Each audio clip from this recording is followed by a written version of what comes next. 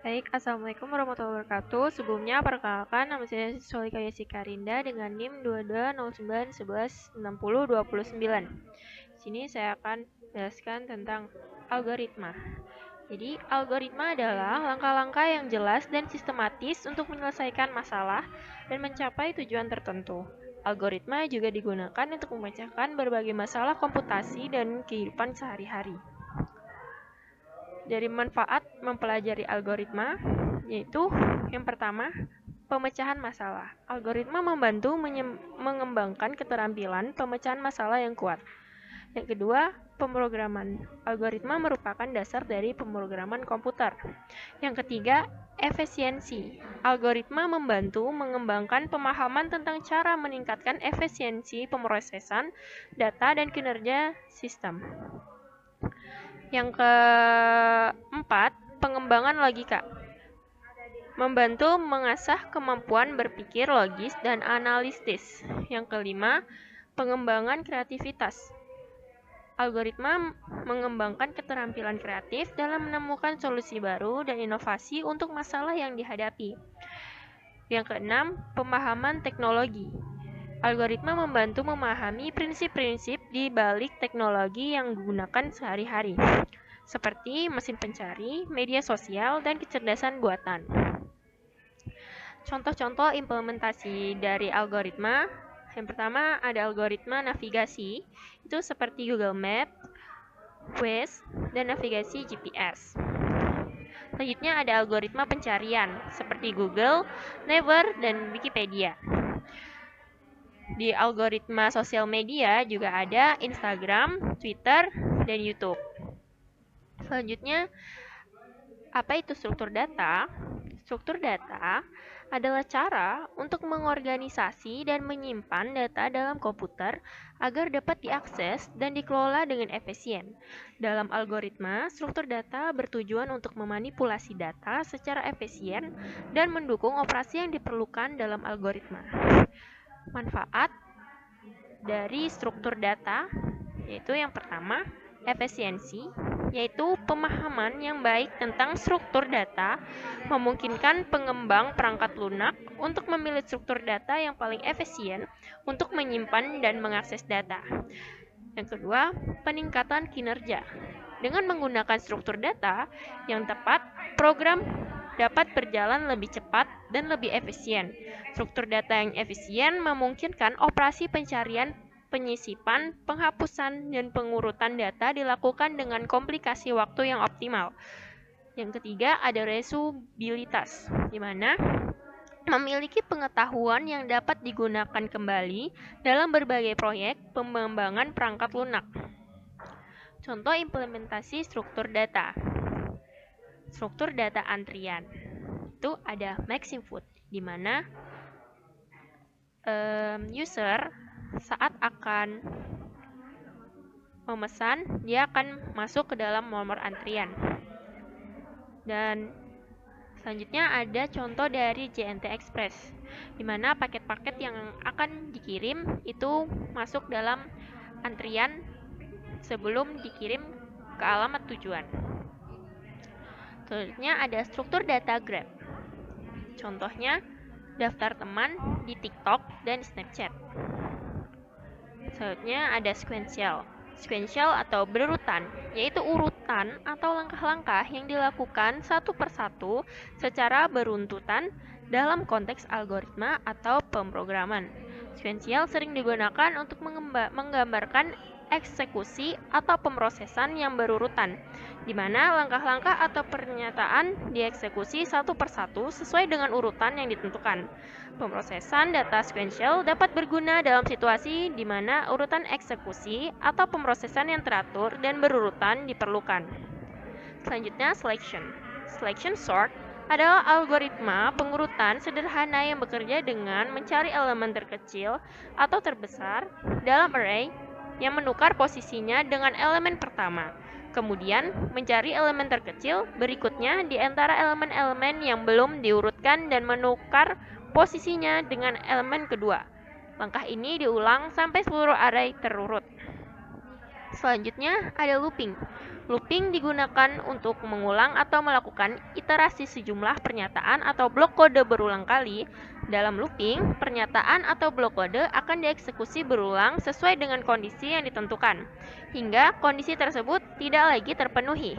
Looping memungkinkan untuk melakukan tugas yang sama berulang kali dengan cara yang lebih efisien dan terstruktur daripada menulis pernyataan yang sama berulang kali. Sequential search. Pemahaman dari sequential search adalah metode pencarian elemen dalam urutan. Misalnya, daftar, larik, atau linked list. Dengan mengunjungi setiap elemen secara berurutan, mulai dari elemen pertama hingga elemen terakhir, sampai elemen yang dicari ditemukan atau sampai akhir urutan dicapai. Nah, dalam pencarian sequential, elemen-elemen urutan diperiksa satu persatu secara berurutan sampai elemen yang dicari ditemukan. Jika elemen yang dicari ditemukan, pencarian berhenti dan indeks atau posisi elemen tersebut dikembalikan. Jika elemen yang dicari tidak ada dalam urutan, pencarian berlanjut hingga mencapai akhir urutan, dan biasanya menghasilkan nilai yang menandakan bahwa elemen tidak ditemukan. Contoh implementasi sequential search adalah pencarian dalam WhatsApp. Selanjutnya, binary search. Pemahaman dari binary search adalah pencarian elemen dalam urutan terurut dengan membagi urutan menjadi dua bagian dan memeriksa elemen tengah. Jika elemen tengah sama dengan elemen yang dicari, pencarian selesai. Jika elemen tengah lebih besar dari elemen yang dicari, maka elemen yang dicari pasti berada di setengah sebelum dari urutan, dan pencarian berlanjut pada setengah tersebut. Jika elemen tengah lebih kecil dari elemen yang dicari, maka elemen yang dicari pasti berada di setengah berikutnya dari urutan dan pencarian berlanjut pada setengah tersebut. Prosedur ini diulang secara berulang pada setengah yang dipilih hingga elemen yang dicari ditemukan atau hingga tidak ada lagi setengah yang tersisa. Binary search sangat efisien untuk mencari elemen dalam urutan tertentu karena secara eksponensial mengurangi jumlah elemen yang perlu diperiksa. Binary search, contoh implementasinya adalah pencarian pada Spotify. Selanjutnya, algoritma tree. Algoritma yang digunakan dalam pengolahan dan manipulasi struktur data atau pohon tree. Pertama ada AVL tree. AVL tree adalah sebuah jenis pohon biner yang dirancang untuk menjaga keseimbangan secara otomatis. Dalam AVL tree, setiap simpul memiliki faktor keseimbangan yang menunjukkan perbedaan antara tinggi anak kiri dan anak kanan dari simpul tersebut. Faktor keseimbangan ini harus berada dalam rentang -1, 0, atau 1. Untuk memastikan keseimbangan pohon, tujuan utama dari AVL tree adalah mempertahankan tinggi pohon tetap sekecil mungkin. Dengan menjaga keseimbangan, waktu yang diperlukan untuk operasi pencarian, penambahan, dan penghapusan dalam pohon dapat dijaga tetap efisien. Cara kerjanya yang pertama, struktur simpul AVL. Setiap simpul dalam AVL tree menyimpan nilai data serta referensi ke anak kiri dan anak kanan. Selain itu, setiap simpul juga menyimpan faktor keseimbangan yang menunjukkan perbedaan antara tinggi anak kiri dan anak kanan dari simpul tersebut. Yang kedua, ada penambahan simpul. Ketika sebuah simpul ditambahkan ke dalam AVL tree, simpul tersebut ditempatkan pada posisi yang sesuai dengan nilai datanya seperti pada pohon biner biasa. Setelah penambahan, faktor keseimbangan simpul yang terpengaruh di simpul-simpul di sepanjang jalur yang mengarah ke akar akan diperbarui. Yang ketiga, pemeriksaan keseimbangan. Setelah penambahan simpul, pohon diperiksa untuk memastikan semua simpul dalam AVL tree memenuhi kriteria keseimbangan. Untuk setiap simpul, faktor keseimbangan dihitung berdasarkan perbedaan tinggi anak kiri dan anak kanan. Jika faktor keseimbangan melebihi batas yang diizinkan, -1, 0, atau 1, pohon dianggap tidak seimbang dan langkah selanjutnya dilakukan untuk memperbaiki keseimbangan. Yang keempat ada rotasi. Rotasi adalah operasi utama yang dilakukan untuk memperbaiki keseimbangan FeL3. Terdapat beberapa jenis rotasi yang digunakan, termasuk rotasi kiri, rotasi kanan, rotasi ganda kiri, dan rotasi ganda kanan. Rotasi dilakukan dengan mengubah hubungan antara simpul-simpul dalam pohon sehingga tinggi dan faktor keseimbangan setiap simpul diperbarui dengan benar. Yang kelima, ada rekursi, di mana proses penambahan dan perbaikan keseimbangan FeL3 dapat melibatkan rekursi, yaitu pemanggilan fungsi secara berulang pada anak-anak dari simpul yang sedang diproses. Rekursi memungkinkan pengecekan keseimbangan dan rotasi dilakukan pada seluruh jalur dari simpul baru hingga akar pohon. Yang keenam, penghapusan simpul. Saat sebuah simpul dihapus dari FeL3, langkah-langkah yang mirip dengan penambahan dilakukan setelah penghapusan pohon diperiksa dan diperbarui untuk memastikan keseimbangan tetap terjaga. Dengan melakukan operasi rotasi dan pembaruan keseimbangan secara efisien, FeL3 mempertahankan tinggi pohon dalam batas yang optimal, sehingga operasi pencarian, penambahan, dan penghapusan dapat dilakukan dengan kompleksitas waktu 0 atau log n, di mana n adalah jumlah simpul dalam pohon. Hal ini membuat FeL3 menjadi struktur data yang efisien untuk memproses operasi pada urutan terurut dengan tetap menjaga keseimbangan. Berikut adalah contoh dari FeL3. Selanjutnya ada binary search tree.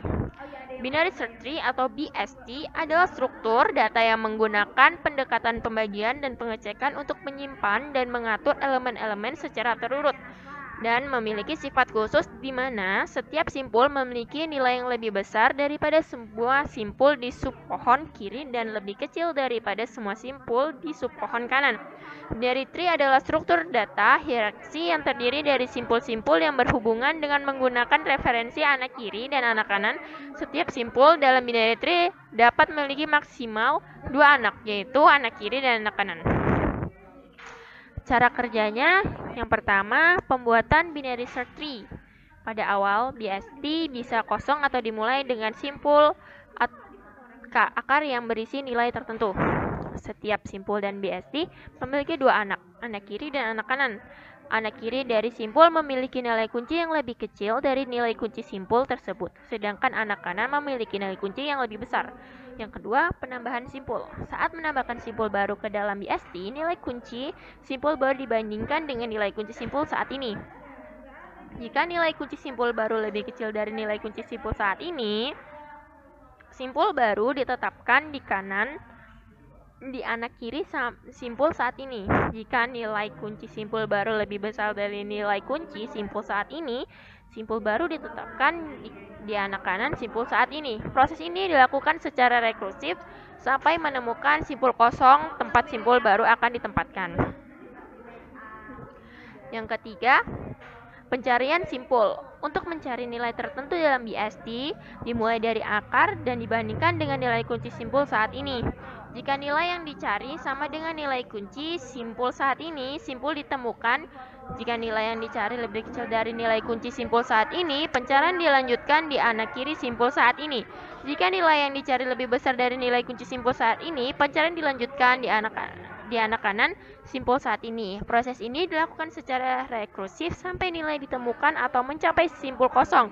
Jika mencapai simpul kosong, artinya nilai tidak ada dalam BST. Selanjutnya yang keempat yaitu penghapusan simpul. Saat menghapus simpul dari BST, ada beberapa kasus yang harus dipertimbangkan. Yang pertama, jika simpul yang akan dihapus adalah simpul daun atau tidak memiliki anak, simpul tersebut dapat dihapus secara langsung. Jika simpul yang dihapus memiliki 1 anak, simpul tersebut dapat digantikan oleh anaknya. Jika simpul yang dihapus memiliki 2 anak, Anda perlu mencari simpul pengganti terdekat. Biasanya, simpul pengganti terdekat adalah simpul terkecil dari subpohon kanan atau simpul terbesar dari subpohon kiri. Simpul pengganti menggantikan simpul yang dihapus, kemudian simpul pengganti dihapus dari BST. Semua simpul dari anak kiri memiliki nilai kunci yang lebih kecil dari semua simpul di anak kanan memiliki nilai kunci yang lebih besar. Berikut adalah contoh dari BST. Selanjutnya, binary heap. Binary heap adalah struktur data yang mirip dengan binary tree. tapi memiliki sifat khusus yang disebut heap property. Yang membedakannya, binary heap biasanya digunakan untuk mengimplementasikan antrian, prioritas atau priority queue, dan algoritma seperti heap sort. Cara kerjanya, yang pertama, tipe heap. Binary heap dapat berupa minimum heap atau maksimum heap. Pada minimum heap, setiap simpul memiliki nilai yang lebih kecil atau sama dengan anak-anaknya. Pada minimum heap, setiap simpul memiliki nilai yang lebih besar atau sama dengan nilai anak-anaknya. Yang kedua ada struktur binary heap. Binary heap umumnya diimplementasikan menggunakan array. Urutan elementasi dalam array sesuai dengan representasi level order traversal dari struktur heap. Indeks 0 umumnya tidak digunakan sehingga elemen pertama dimulai dari indeks 1. Yang ketiga, pembuatan binary heap.